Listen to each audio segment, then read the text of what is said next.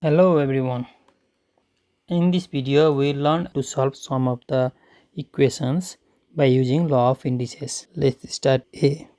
X power 5 divided by x square. Now both base are same, so x, when you see divide, okay, need to remember the power are subtracted, right?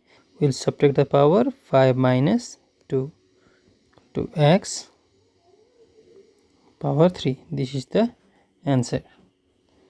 So for second B, 8 x power 5 divided by 2 x power square. Now you need to remember the base x is same, right?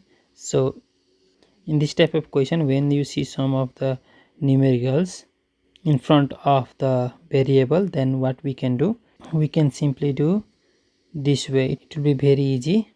X power 5 upon 2 x power 2. 2 4 the 8, so 4 x. When it's divide, what we'll do, subtract the power, so it's 4 x power 3.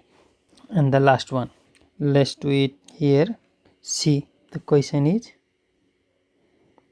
x 3n minus 2 divided by x 2n minus 5. Okay, let's do here. Here also we can see the bases are same, right? And in between the bases there is divide.